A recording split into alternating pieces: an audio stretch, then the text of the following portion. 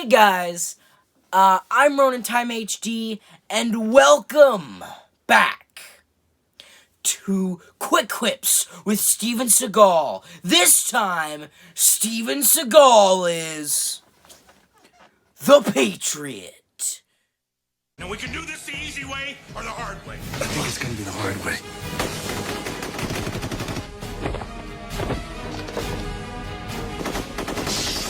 I am not a terrorist. I'm a doctor. And I'm here to help you.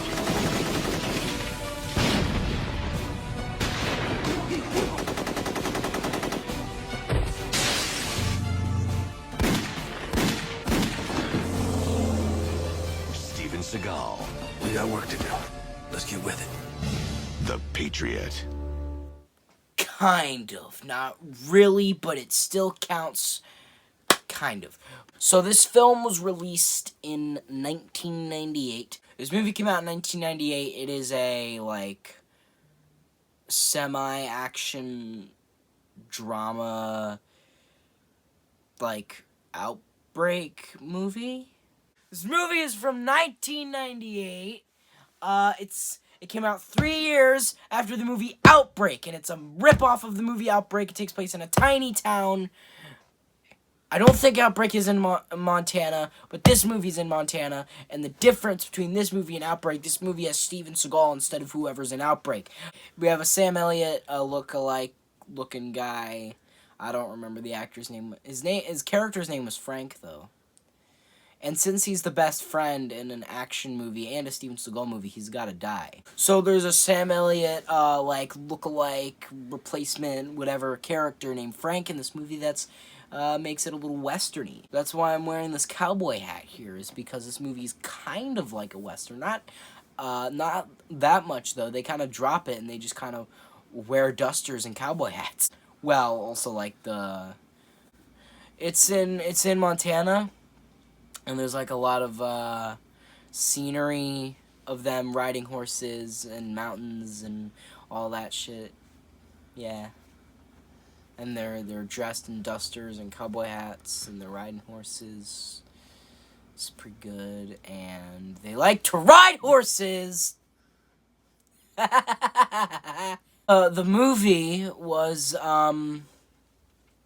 it was, as a Steven Seagal movie goes, it's pretty bad by actual movie standards, but by Steven Seagal standards, it's a lot better than Against the Dark. I'll give it that. Against the Dark wasn't even enjoyable on an ironic, level, but this is enjoyable at an ironic level, not on an actual movie level. So Steven Seagal, he's he used to be a doctor that worked for the CIA and the CDC. And he stopped working there, and then he worked as a doctor and a cow wrangler, farmer, whatever, rancher guy with his daughter on a ranch in Montana.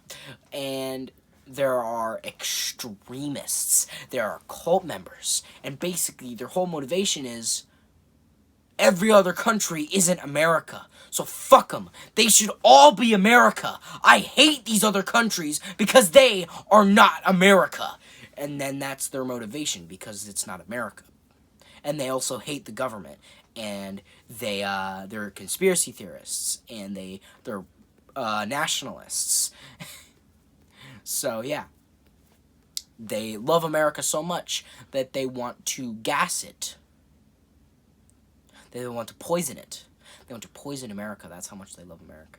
They release a biological agent weapon into Montana, a little village, not the entire state of Montana, but a little village in Montana, in the middle of nowhere, kind of like Outbreak. The plan does not work. It works kind of at first, but then all of the extremist nationalists are getting infected too. So their plan doesn't work because their antidote that they had that they thought would work didn't work. So their plan didn't really go to plan. Backfired. Their plan backfired and got thrown in their face. Everybody got it. Even the nationalists got it. Steven Seagal didn't get it. And his daughter. Him and his daughter were the only characters in the movie to not get it. Except for his friend, but he got shot. I don't care about spoilers. It doesn't matter. So, like, his friend gets shot also during the movie. Because he's... The extremists are gonna go to his house to murder him.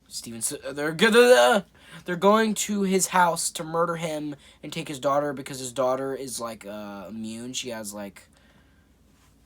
She's like a carrier. She can't really get infected by it, but she can carry it.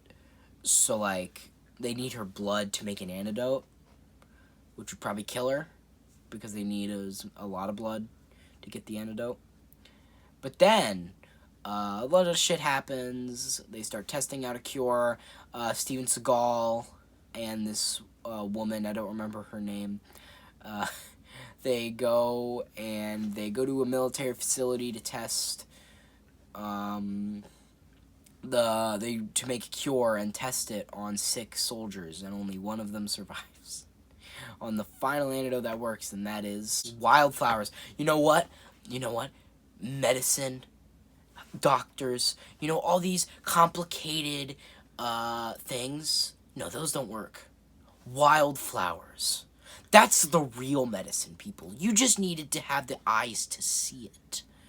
Wildflowers are the most natural and organic way of healing the human soul.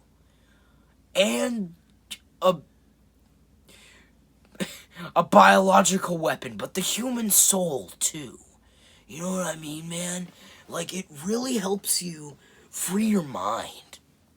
So then, figure out the cure is, it's some magical flowers. So that, not really magical, it's a joke, by the way. They're not Merlin's flower. Like, they get the cure, and then, don't they pick up the daughter from the Native American, like, grandpa's house? Then, for some reason, instead of going back to the town to tell the remaining doctors that they found the cure, they know what the cure is, they can go to, like, a house and get it, they go back to his house, which the cultists know is their house. Doesn't seem that smart, does it? And immediately they get ambushed and captured by the cultists. And I think the resolution is so quickly resolved, because he gets captured, and then the leader, Floyd, he's, like, talking to Steven Seagal, he's like, why did you work for them? What did they do behind the curtains? He's, conspiracy theory, like, conspiracy theorist stuff. But then he's like, you should join me. I don't want to kill you. I want you to join me. We need a doctor. And then Steven Seagal is like, they cheers, and Steven Seagal's like, I have the cure. And it's like, for our health. And he's like, yeah, you take a sip. And then he stabs him. He stabs the leader through the brain on the side of his head. And it was pretty good. That was a pretty good kill, I will admit. I didn't expect it to be that quick, because he was, like, the main villain of the movie. Then he just clears out the remaining nationalists, because there wasn't that many left. They'd either died from the sickness or gotten shot by Sam Elliott lookalike or Steven Seagal. So, yeah. But he dies, and the only nationalist that he doesn't kill is the scientist. Yeah, and then that happens, all this stuff happens, he saves his daughter, and then he tells, like, then he tells the government that they found the cure, and earlier on in the movie, he said they injected it into the soldier, right? Like, they boiled it, and they put it in a syringe, they turned it into, like, a liquid, and they injected it into him, and it worked. But the military, they go in helicopters, and then it shows a ridiculous shot of just soldiers in gas masks just picking flowers and putting them in bags. It was really funny, and it was really stupid. And then they just, instead of, like, giving them the cure via, like, a syringe or a liquid or having any planning, they just drop flower petals of the flowers from helicopters onto the ground. And instead of, like, bagging them up, they tell you to, like, boil it and do it yourself, like, drink it or whatever. Did they say drink it? Like, just boil it, drink it, whatever. Do any way to get it inside to help you battle the sickness. But, like, here's the thing.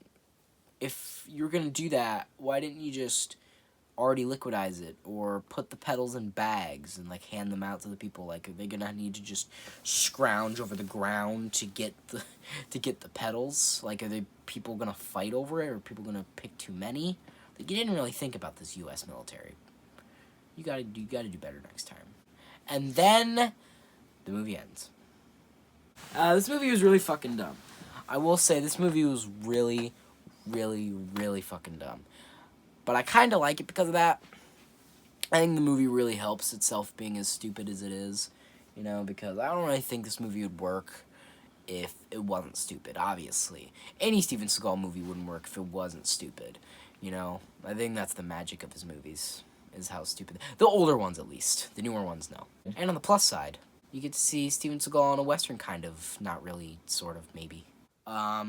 So I think I'm gonna get to my rating of this film. I have real score. I'm gonna give it real score. I think I'd give it like a 3 out of 10. 3 out of 10. I think that's like every Steven Seagal movie is really a 3 out of 10. And then I think ironic enjoyment, I'm gonna give it like a 7. I think it's a 7 on ironic enjoyment. And Steven Seagal, I'd say it's one of the weaker Steven Seagal movies. Honestly, it was fun, but I think if you're gonna watch an old Steven Seagal movie, just watch, like, what's that one? Like, just watch into the old, like, 90s classic, like, not classics, classics, Steven Seagal classics. As if. Above the Law, Marked for Death, Hard to Kill, you know, all these movies. Watch these, because they're a lot more fun, a lot more action-packed, and I just think you'll get more out of them on, like, a more ironic enjoyment scale. I think, like, ironic enjoyment is a 7, but I think Steven Seagal rating would be like a 6. Real movie, 3. Ironic enjoyment, 7. And Steven Seagal rating, 6. That's my ratings. So, guys, I hope you enjoyed this video. Yeah, you know, guys, hope you enjoyed this video. Like it, share it with your friends, subscribe, turn those notifications on, all that good shit. Leave a comment how much you liked it. And I've been Ronan HD.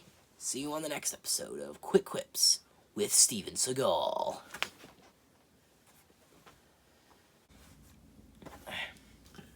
It's just his hat's really itchy. This movie is from Stop doing it! Stop doing that! Ah! Okay. You know what? Damn you, Sherry Rhodes. You casted Steven Seagal in this movie, and you made me watch it. Damn you, Sherry Rhodes! Okay, anyway, I just wanted to get that out.